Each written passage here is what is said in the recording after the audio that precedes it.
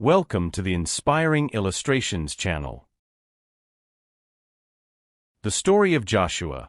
Who was Joshua in the Bible? The successor of Moses. Joshua, son of Nun, was the successor of Moses in leading the people of Israel and played a crucial role in the conquest of the Promised Land. He is remembered for his courage, faithfulness to God, and obedience to his commandments. Joshua served as Moses' assistant, learning to wait on the Lord and be a faithful worshiper. Additionally, he was one of the 12 spies sent to explore the land of Canaan. His story is recorded in the book of Joshua, the 6th book of the Old Testament. In this video, we will dive into the fascinating story of Joshua, exploring everything the Bible reveals about this extraordinary leader of the people of Israel. We will examine his journey from beginning to end, uncovering the challenges he faced and the lessons we can learn from his life. But before we proceed, I would like to extend a special invitation to new viewers. Don't forget to subscribe to our channel and activate notifications. This way, you won't miss any of our Bible studies. The story of Joshua begins long before he became the leader of Israel. In fact, we first encounter him in the book of Exodus, where he is introduced as a young assistant to Moses. But let's start at the beginning. Joshua was born in the tribe of Ephraim, one of the 12 tribes of Israel. His father's name was Nun. Interestingly, Joshua was not always called Joshua. His original name was Hosea, which means salvation. It was Moses who changed his name to Joshua, which translates to God is salvation. This alteration is recorded in the book of Numbers, chapter 13, verse 16. This name change was significant, foreshadowing the crucial role Joshua would play in God's plan for his people. As we see in the book of Exodus, chapter 17, verses 8 to 13, Joshua's first significant appearance in the scriptures is as a military leader. Moses appointed him to lead the Israelite army against the Amalekites.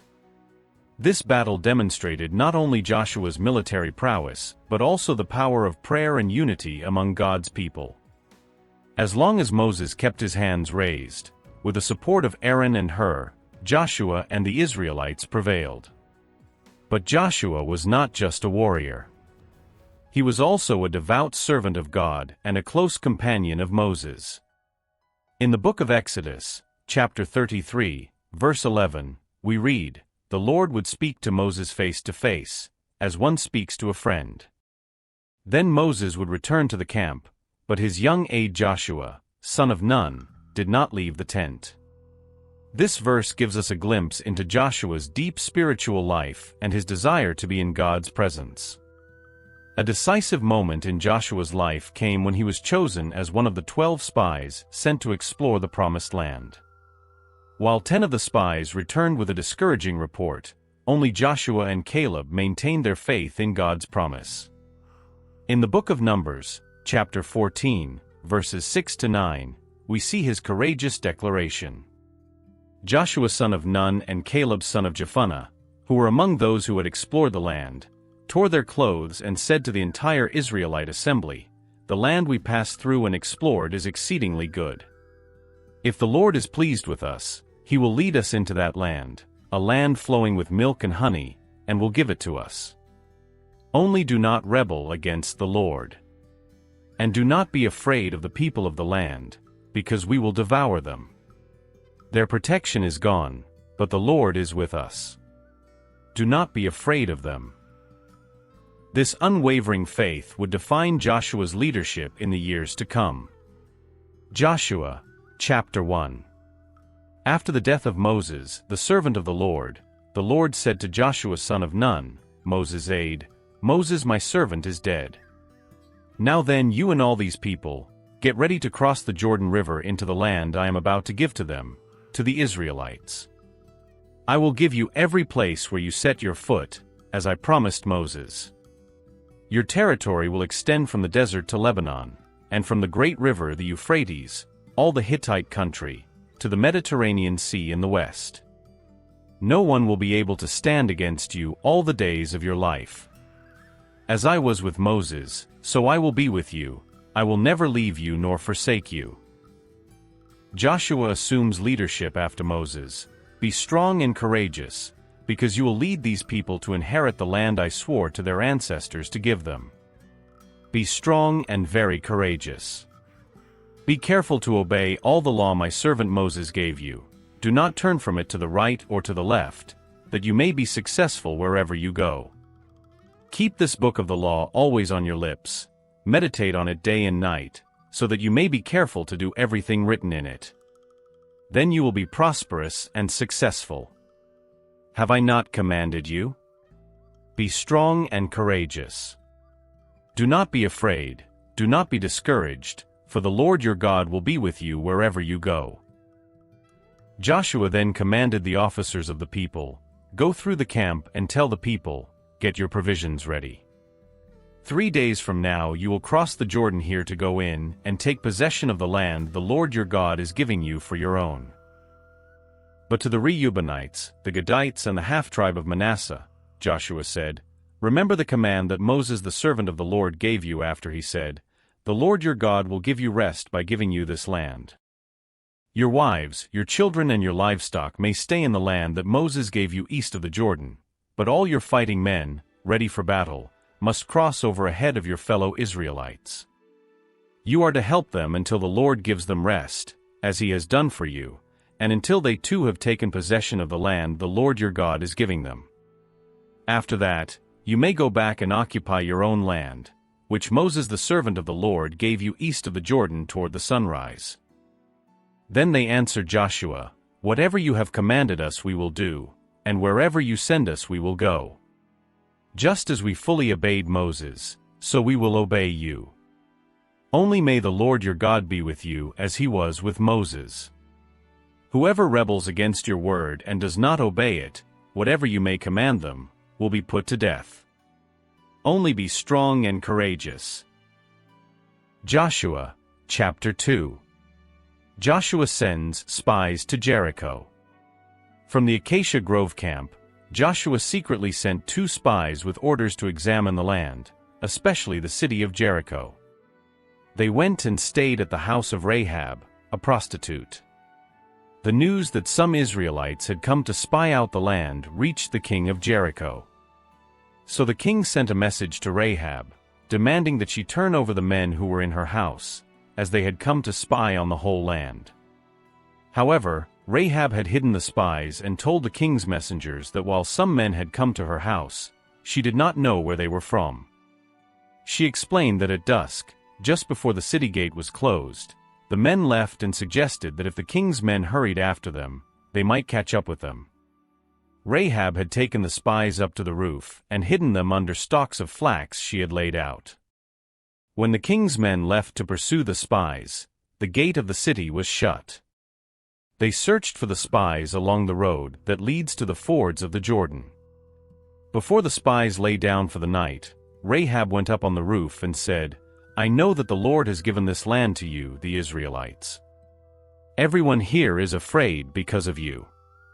We have heard how the Lord dried up the Red Sea for you when you came out of Egypt and what you did to Sihon and Og, the 2 kings of the Amorites east of the Jordan, whom you completely destroyed.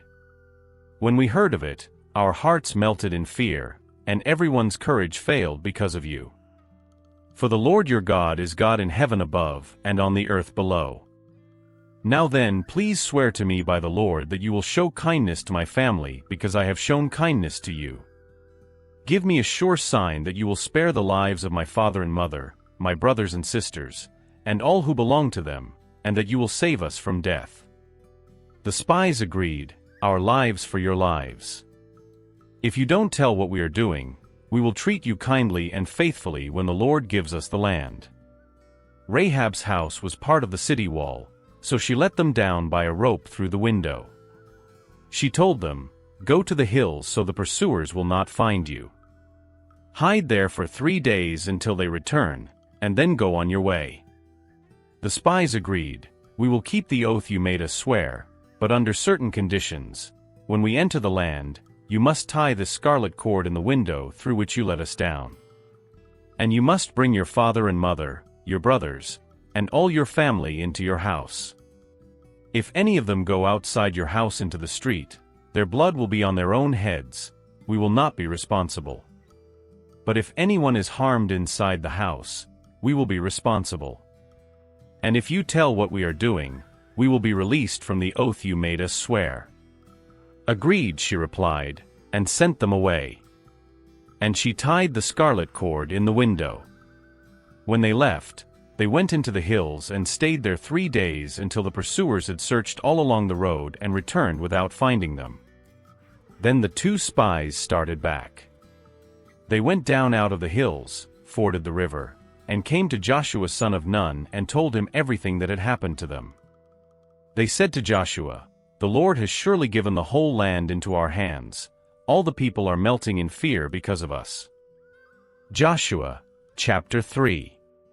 Joshua and all the people of Israel got up early in the morning, left the Acacia Grove camp, and went to the Jordan River. Before crossing, they camped there. 3 days later, the leaders went through the camp, instructing the people, "When you see the Levitical priests carrying the Ark of the Covenant of the Lord your God, you are to move out from your positions and follow it. Then you will know which way to go, since you have never been this way before. But keep a distance of about 1,000 yards between you and the ark. Do not go near it." Joshua told the people, "Consecrate yourselves, for tomorrow the Lord will do amazing things among you." He then instructed the priests, "Take up the Ark of the Covenant and pass on ahead of the people." So they took it up and went ahead of them.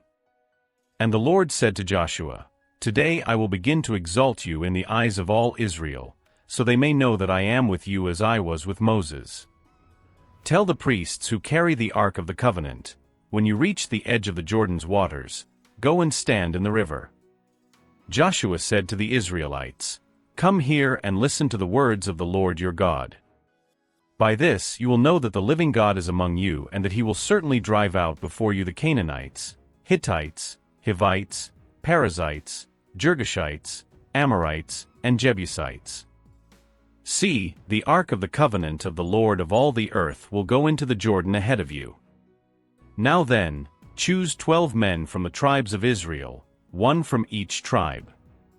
And as soon as the priests who carry the Ark of the Lord of all the earth, set foot in the Jordan, its waters flowing downstream will be cut off and stand up in a heap." It was the harvest season, and the Jordan was at flood stage. Yet as soon as the priests who carried the ark reached the Jordan and their feet touched the water's edge, the water from upstream stopped flowing. It piled up in a heap a great distance away, at a town called Adam in the vicinity of Zarethan, while the water flowing down to the Sea of the Arabah, the Dead Sea, was completely cut off. So the people crossed over opposite Jericho.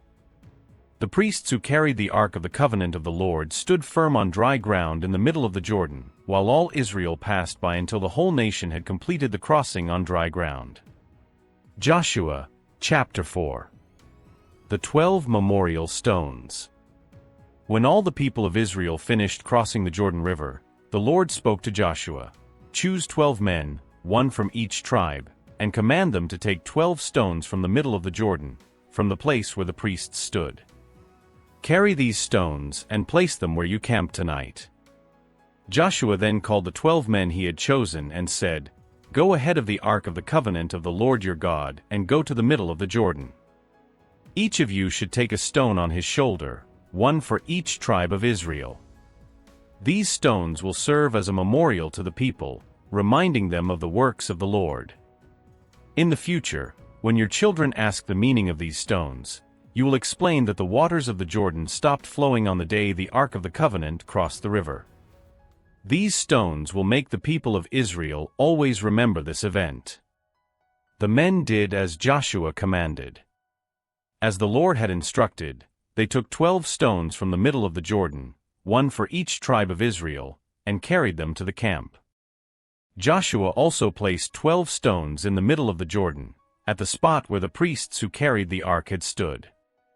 These stones are there to this day. The priests stood in the middle of the Jordan until everything the Lord had commanded Joshua to speak to the people had been completed. Then the people hurried and crossed the river. When everyone had crossed, the Ark of the Covenant and the priests also crossed and stood in front of the people. The men of the tribes of Reuben, Gad, and East Manasseh crossed ahead of the rest of the people, ready for battle, as Moses had instructed. About 40,000 men prepared for war marched before the Lord toward the plains of Jericho. That day, the Lord made all the people of Israel recognize Joshua as a great leader. Throughout Joshua's life, they respected him just as they had respected Moses. And the Lord said to Joshua. The Lord commanded Joshua to instruct the priests carrying the Ark of the Covenant to come out of the Jordan River. Joshua obeyed. When the priests came out of the Jordan and stepped on dry ground, the river returned to its place and overflowed its banks as before. The people crossed the Jordan on the 10th day of the first month and camped at Gilgal, east of Jericho. There, Joshua set up a monument with the 12 stones taken from the Jordan. And Joshua said to the people of Israel, "When in the future your children ask the meaning of these stones, you will tell them that the people of Israel crossed the Jordan River on dry ground. The Lord your God made the Jordan stop flowing so that you could cross, just as he did with the Red Sea. This way, all the peoples of the earth will know the power of the Lord your God, and you will respect him forever." Joshua, chapter 5. All the Amorite kings west of the Jordan River and all the Canaanite kings along the Mediterranean coast heard that the Lord had dried up the Jordan for the Israelites to cross. With the arrival of the Israelites, they became afraid and lost their courage. The circumcision at Gilgal. The Lord said to Joshua, "Make flint knives and circumcise the Israelites again." So Joshua made flint knives and circumcised the Israelites at Gibeath-Haraloth. This was because all the men of military age who had come out of Egypt had died in the wilderness.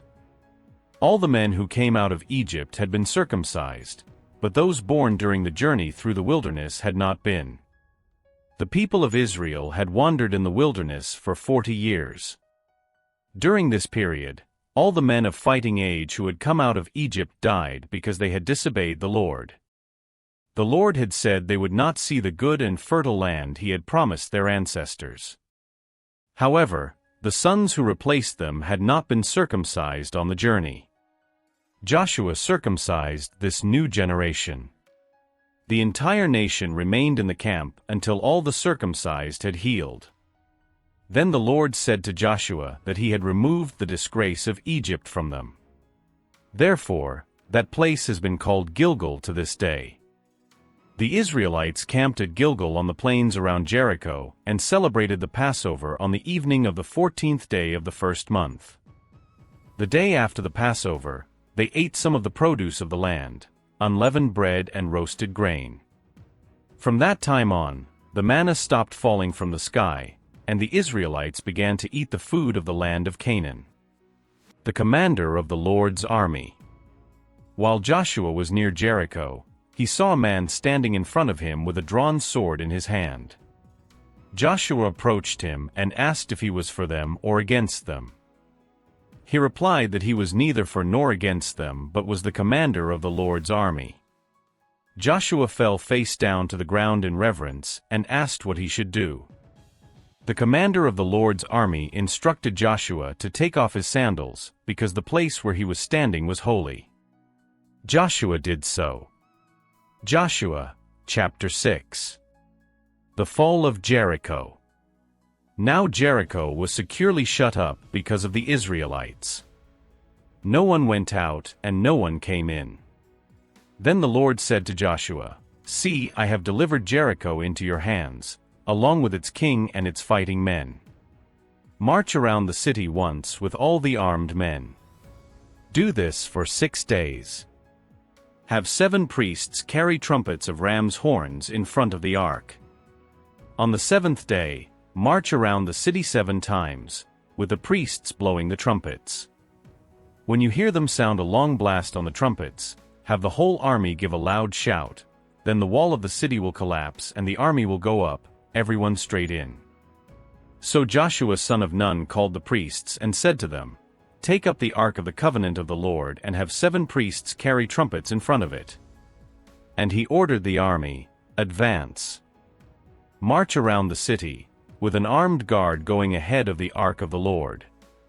When Joshua had spoken to the people, the 7 priests carrying the 7 trumpets before the Lord went forward, blowing their trumpets, and the ark of the Lord's covenant followed them. The armed guard marched ahead of the priests who blew the trumpets, and the rear guard followed the ark. All this time the trumpets were sounding. But Joshua had commanded the army, "Do not give a war cry, do not raise your voices, do not say a word until the day I tell you to shout. Then shout."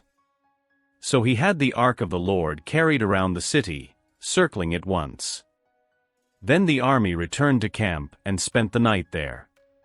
Joshua got up early the next morning, and the priests took up the ark of the Lord.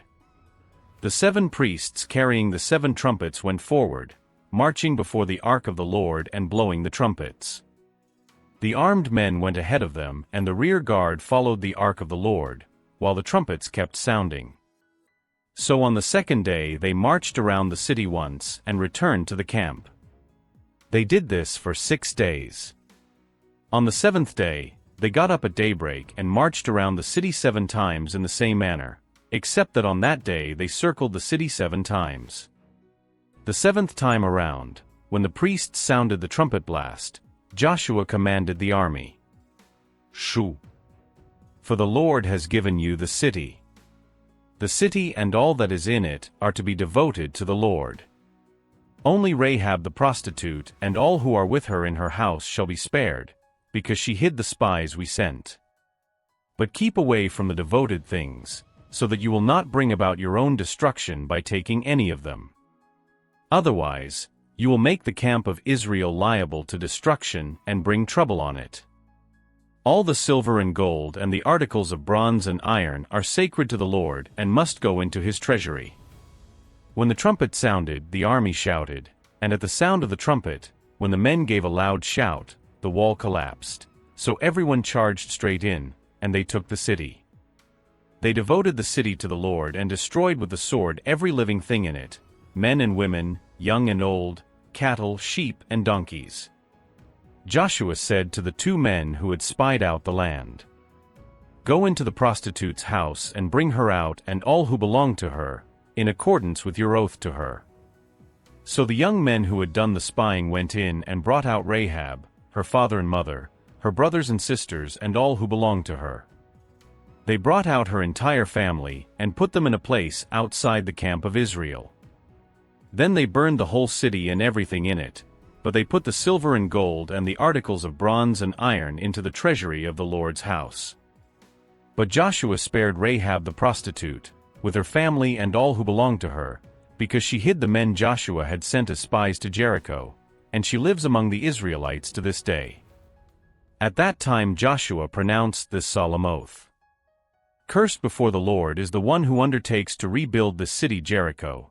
At the cost of his firstborn son he will lay its foundations, at the cost of his youngest he will set up its gates." So the Lord was with Joshua, and his fame spread throughout the land. Joshua, chapter 7. The sin of Achan. The Israelites acted unfaithfully in regard to the devoted things. Achan son of Carmi, the son of Zimri, the son of Zerah, of the tribe of Judah, took some of them. So the Lord's anger burned against Israel. Now Joshua sent men from Jericho to Ai, which is near Beth Aven to the east of Bethel, and told them, "Go up and spy out the region." So the men went up and spied out Ai.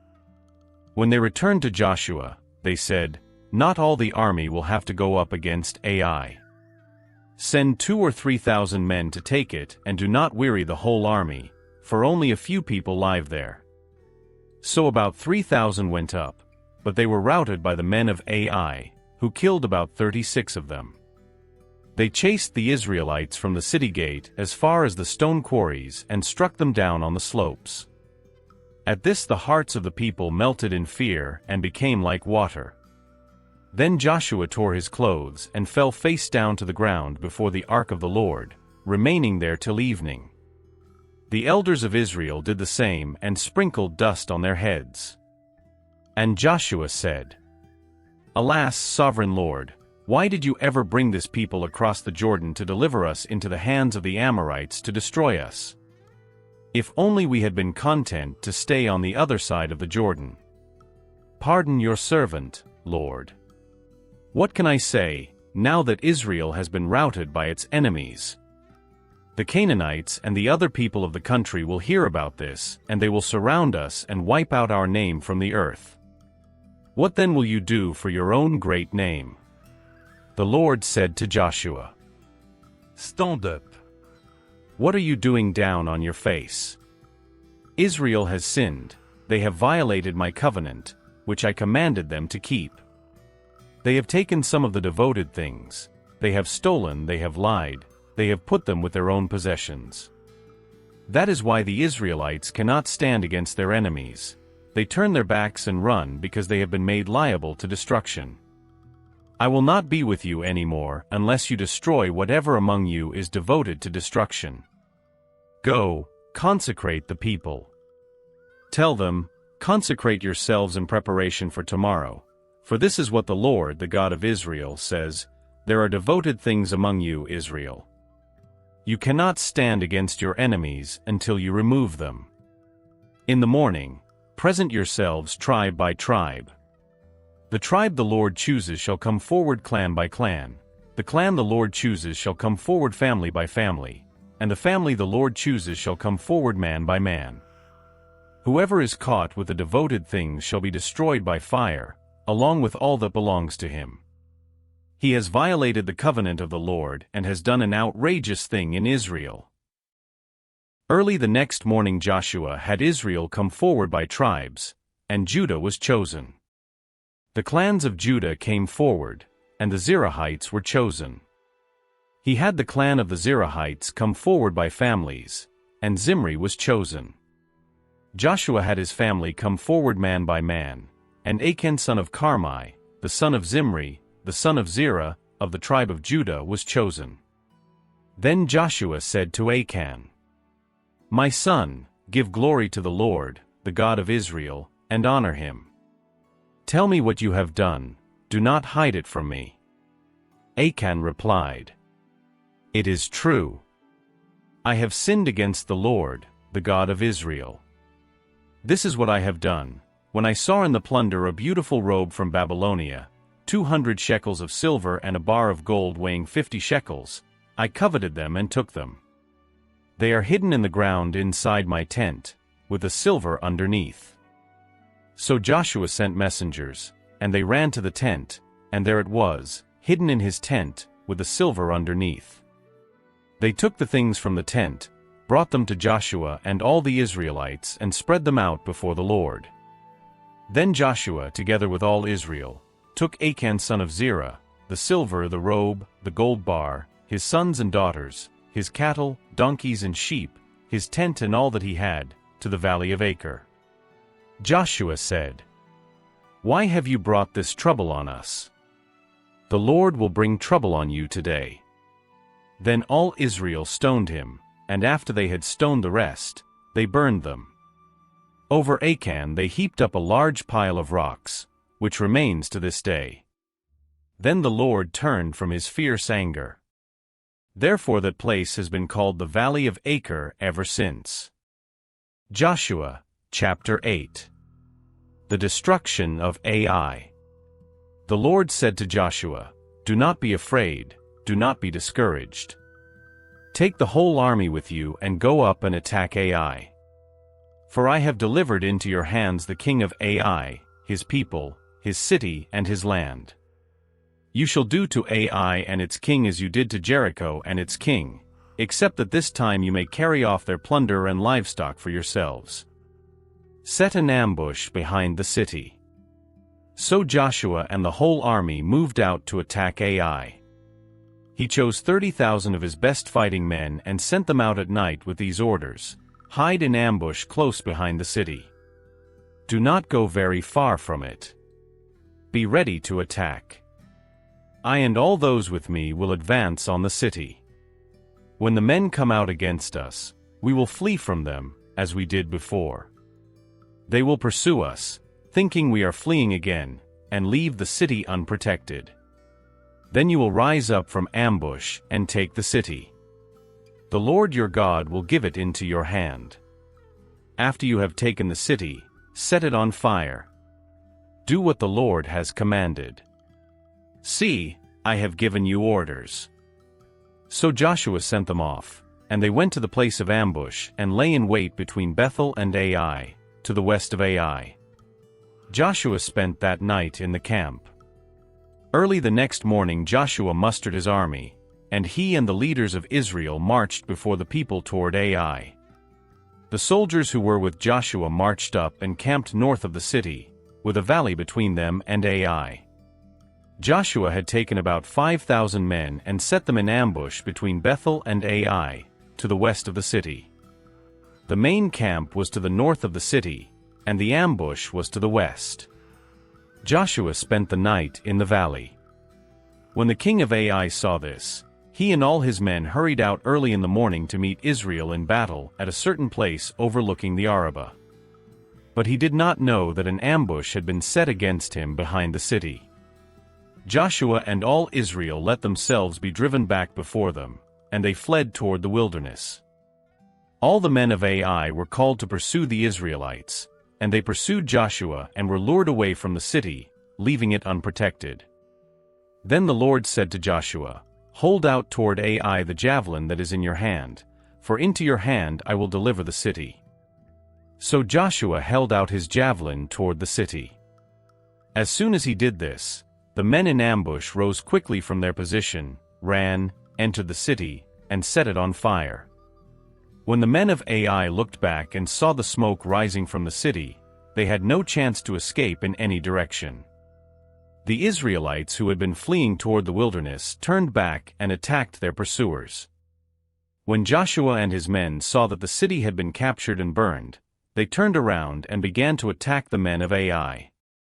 The Israelites who were in the city also came out to fight the men of Ai, surrounding them completely and killing them all. Only the king of Ai was captured and brought to Joshua.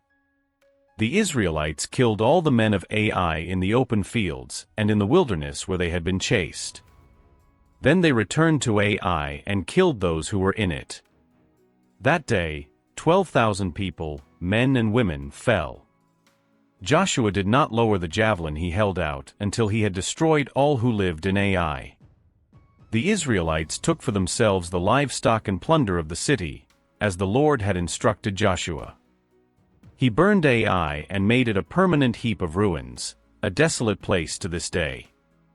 The king of Ai was impaled on a pole and left there until evening. At sunset, Joshua ordered the body to be taken down from the pole, thrown at the entrance of the city gate, and covered with a large pile of stones, which remains to this day.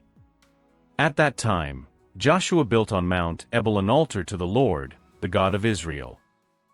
He followed the instructions Moses, the servant of the Lord, had given according to what is written in the book of the law of Moses, to build an altar of uncut stones, on which no iron tool had been used.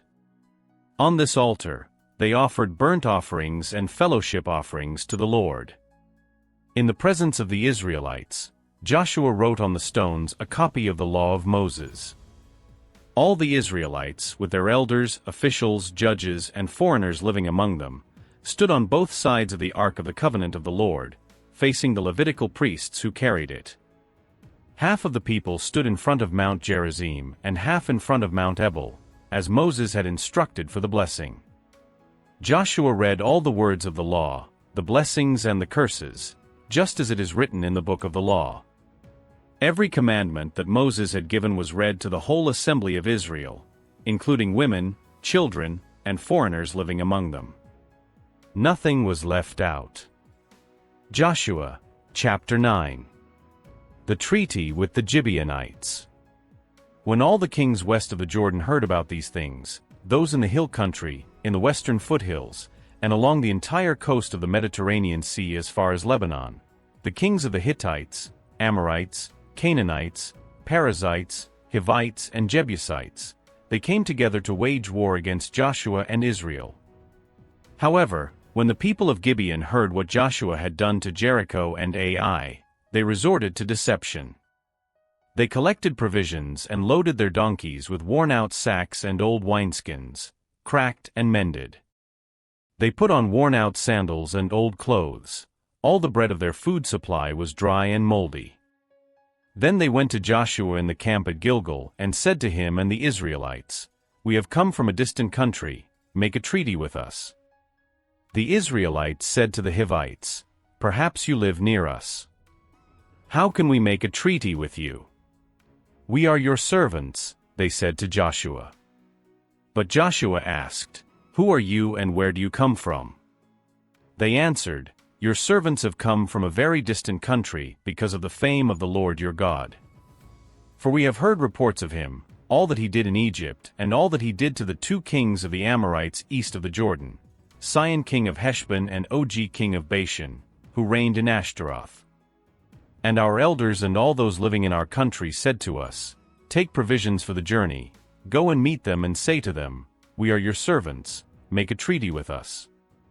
This bread of ours was warm when we packed it at home, but now see how dry and moldy it is. And these wineskins that we filled were new, but see how cracked they are. And our clothes and sandals are worn out by the very long journey." The Israelites sampled their provisions, but did not inquire of the Lord.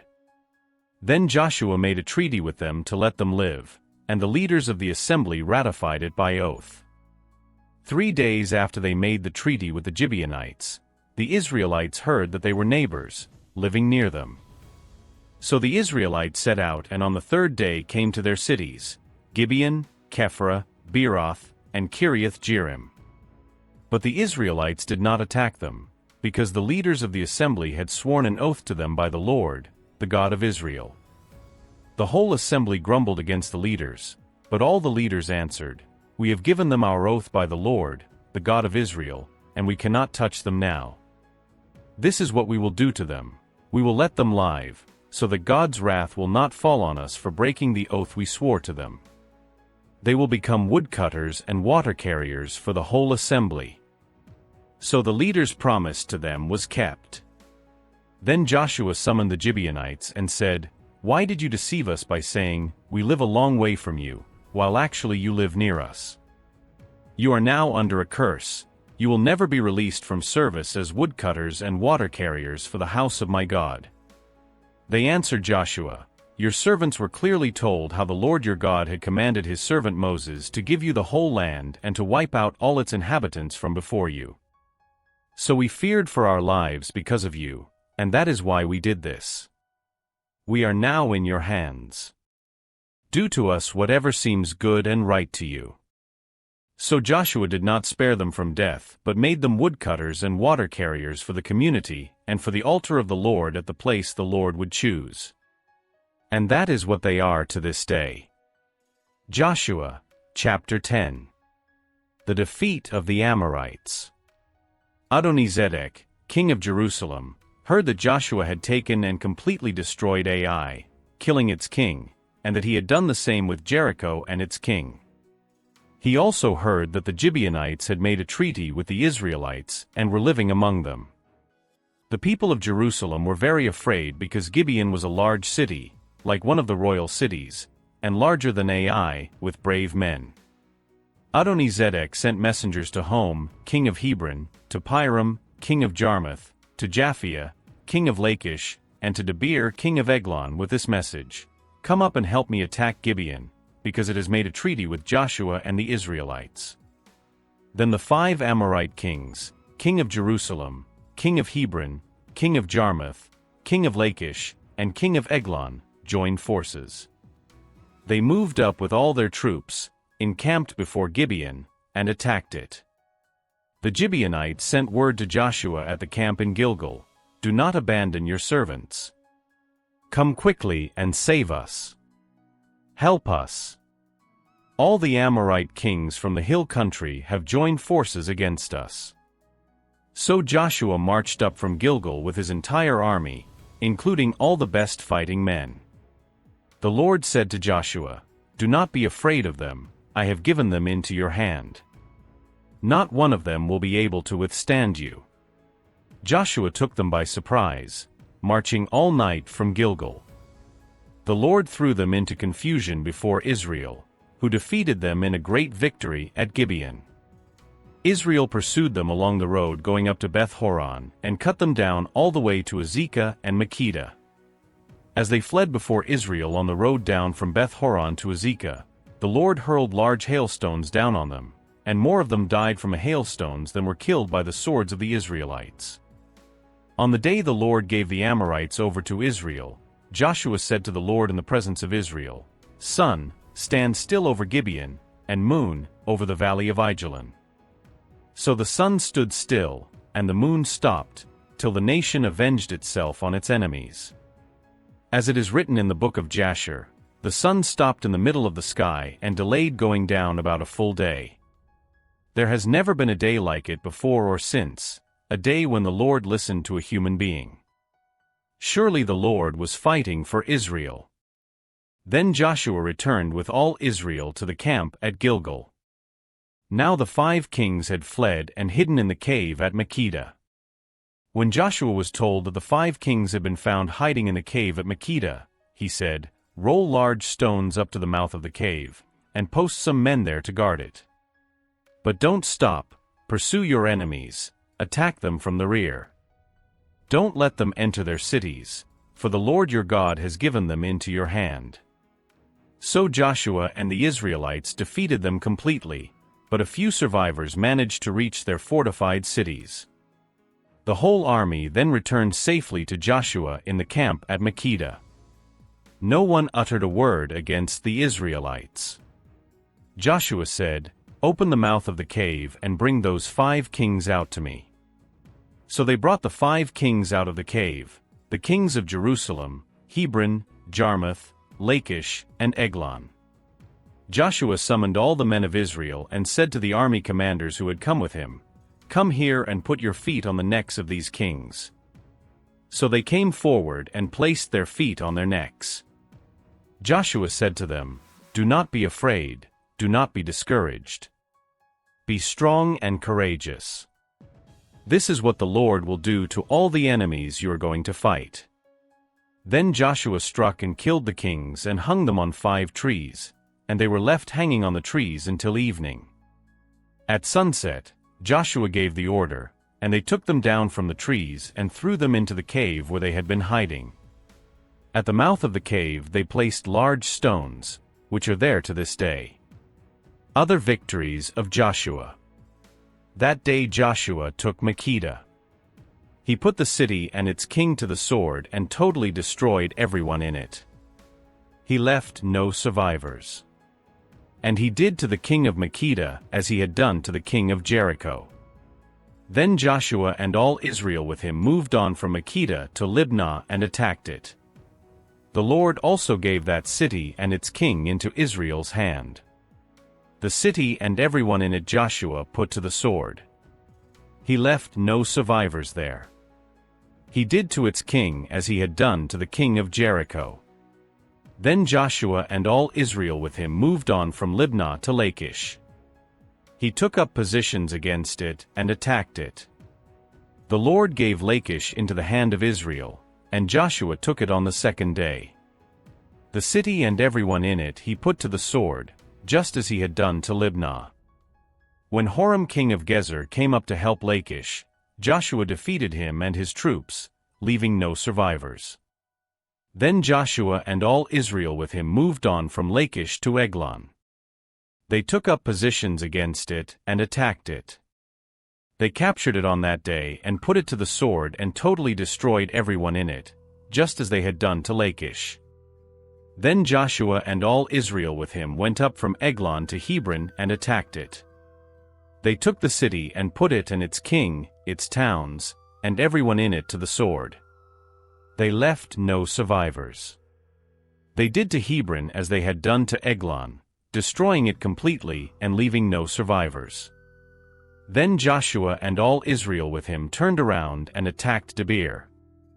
They took the city, its king, and its villages, and they put them to the sword. They totally destroyed everyone in it, leaving no survivors. They did to Debir and its king as they had done to Hebron, as they had done to Libnah and its king. So Joshua struck the whole region, the hill country, the Negev, the western foothills, and the mountain slopes, together with all their kings. He left no survivors. He totally destroyed all who breathed, just as the Lord, the God of Israel, had commanded. Joshua subdued them from Kadesh Barnea to Gaza, and from the whole region of Goshen to Gibeon. All these kings and their lands Joshua conquered in one campaign, because the Lord, the God of Israel, fought for Israel. Then Joshua returned with all Israel to the camp at Gilgal. Joshua, chapter 11. The defeat of Jabin and his allies. Jabin, king of Hazor, upon learning of the events, sent messengers to Jobab, king of Madon, and to the kings of Shimron and Akshaph. He also summoned the kings from the northern mountain regions, the Jordan Valley south of the Sea of Galilee, and the plains and coastal areas near Dor.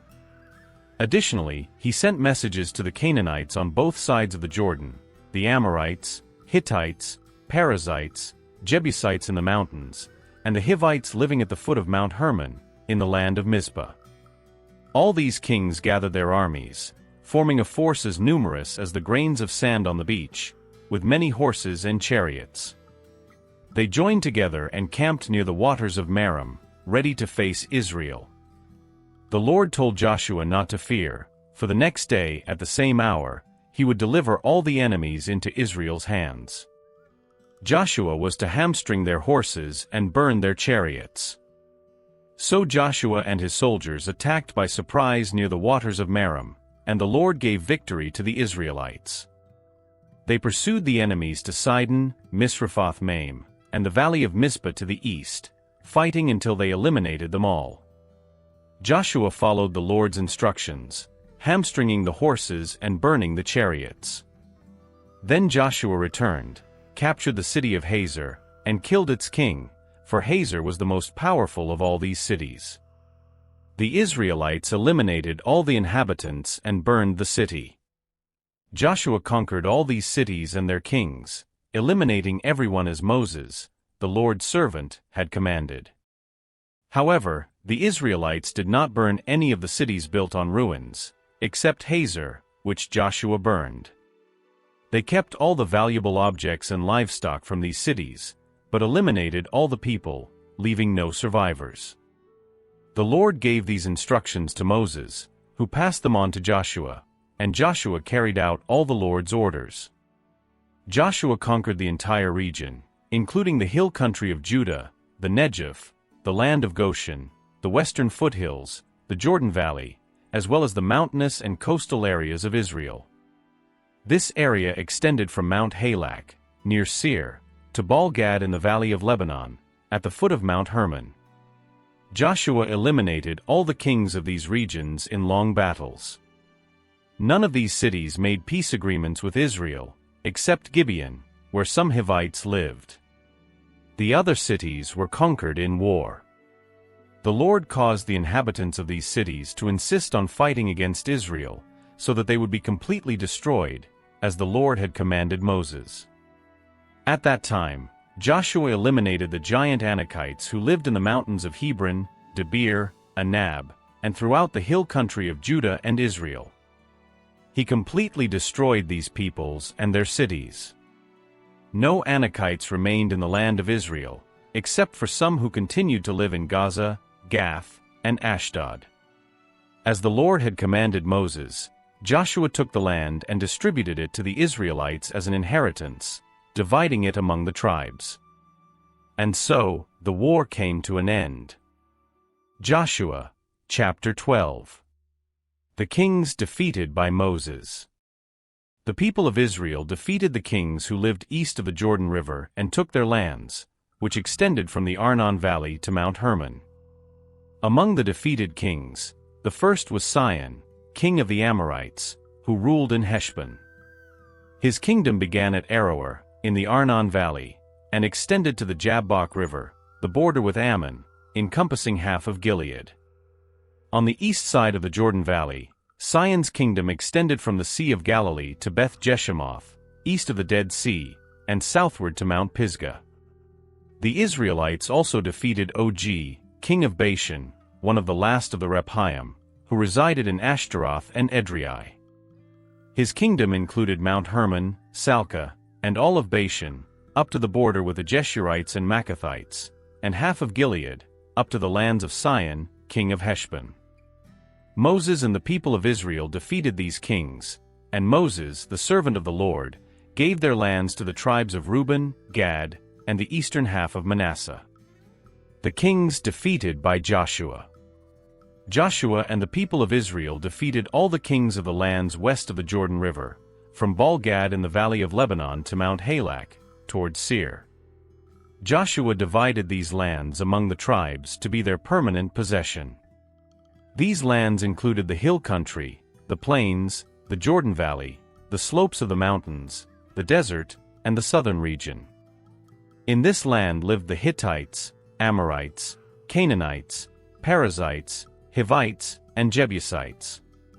The defeated kings were from the following cities: Jericho, Ai near Bethel, Jerusalem, Hebron, Jarmuth, Lachish, Eglon, Gezer, Debir, Geder, Hormah, Arad, Libnah, Adullam, Makkedah, Bethel, Tappuah, Hepher, Aphek, Lasharon, Madden, Hazer, Shimron-Meron, Akshaph, Tanakh, Megiddo, Kadesh, Jokneam in Carmel, Dor on the coast, Goyim in Galilee, and Tirzah, 31 kings in all.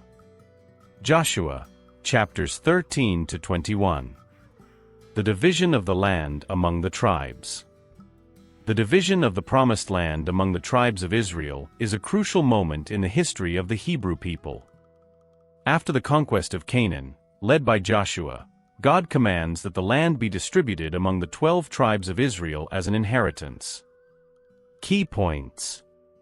2.5 tribes, Reuben, Gad, and half of Manasseh, had already received their inheritance east of the Jordan River during the time of Moses.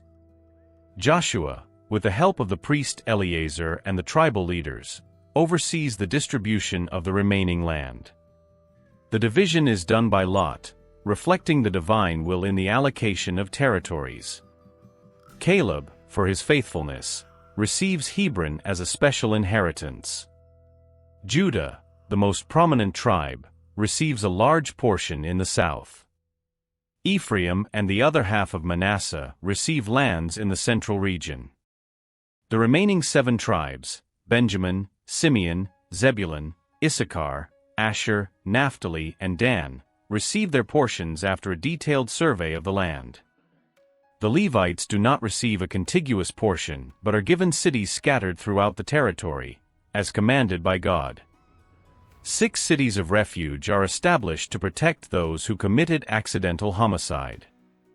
The tabernacle is established in Shiloh, becoming the religious center of Israel. This process of division not only fulfills God's promise to Abraham, but also lays the foundation for the future nation of Israel, defining the boundaries and responsibilities of each tribe. The distribution of the land highlights important biblical themes such as God's faithfulness, the importance of obedience, and the fulfillment of divine promises. Joshua, chapter 24.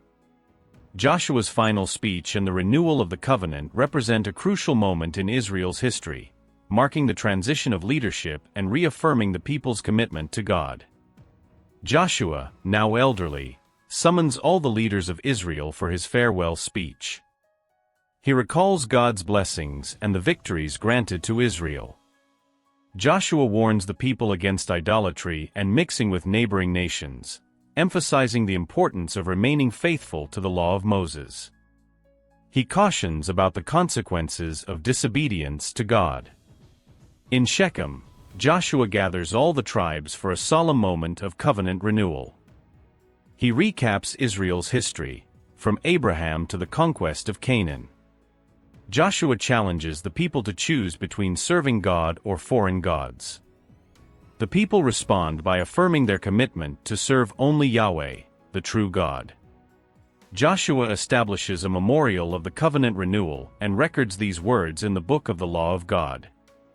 The death of Joshua, at the age of 110, marks the end of a crucial era in Israel's history. The book of Joshua recounts his passing, highlighting his faithfulness and leadership until the end. The impact of his death is profound, signaling a significant transition for the people of Israel. The book of Judges picks up this event, emphasizing how Joshua's absence ushers in a new phase in Israelite history. His death not only closes a chapter, but also paves the way for new challenges and dynamics within the nation. The account in Judges highlights how the generation that knew Joshua remained faithful, evidencing his lasting legacy. Beyond these direct accounts, Joshua is remembered in various other books of the Bible, demonstrating his enduring impact on Israel's history and faith. In Kings, we see the fulfillment of his prophecy about Jericho, reaffirming his prophetic authority. Chronicles mentions him in the genealogy of Ephraim, situating him in Israel's historical lineage. Nehemiah evokes the days of Joshua when discussing religious practices, indicating how he became a reference point for faithfulness to God's law. In the New Testament, Stephen includes Joshua in his recapitulation of Israel's history, recognizing his crucial role in the nation's formation. The Epistle to the Hebrews makes a profound theological comparison between the earthly rest provided by Joshua and the spiritual rest found in Christ, elevating Joshua's significance to a messianic and typological level. These varied references show how Joshua transcended his time, becoming a symbol of faithful leadership, obedience to God, and the fulfillment of divine promises. As we conclude our study of Joshua's life, we are left with a powerful example of leadership, faith, and obedience. Joshua's story reminds us that with God, all things are possible. It challenges us to trust in God's promises, even when the odds seem insurmountable. It encourages us to be courageous in our faith and steadfast in our commitment to God's word. So, dear friends, as we reflect on Joshua's remarkable journey, let us ask ourselves, how can we apply Joshua's example of faith and obedience in our own lives? In what areas do we need to trust God more fully, even when circumstances seem challenging? Remember, just as God was with Joshua, He is with us today. May we, like Joshua, choose to serve the Lord faithfully, leaving a legacy of faith for future generations. Thank you for joining me in this exploration of Joshua's life. If you found this message inspiring, please share it with others who might benefit from these timeless truths. And don't forget to subscribe to our channel for more in-depth Bible studies like this one. Until next time, may God bless you and keep you strong in faith and courageous in spirit.